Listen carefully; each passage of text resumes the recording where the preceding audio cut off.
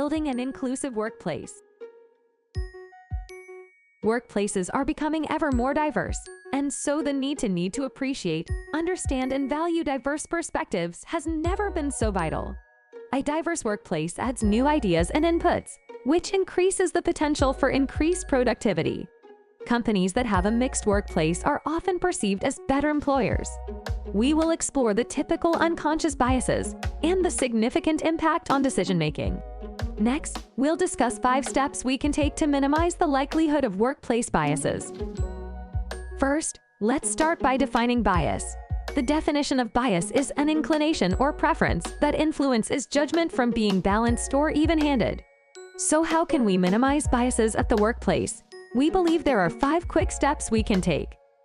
Accept we are all biased. Consciously seek to achieve inclusion. Instruct yourself to be fair. Create the right conditions. Take personal responsibility. In summary, biases can only be tackled by conscious action. Let's examine step 1. Accept that we are all biased. As human beings, we are all biased. We are prone to jump to conclusions based on previous expectations. We don't process all the relevant information. We do that using mental shortcuts based on rules of thumb, emotions, experience, and memory, as opposed to getting more information. We jump to conclusions because we desire to quickly seek closure and end uncertainties. Our brain looks for patterns. We don't like random even when patterns are not there.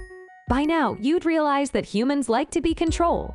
When we feel like we don't have command of our own fate, our brains often invent patterns that offer a sense of self-control. Some folks knock on wood or step over cracks in the sidewalk. Scientists call this illusory pattern perception. These actions make us feel less helpless. After doing it over and over again, we are primed to see such patterns.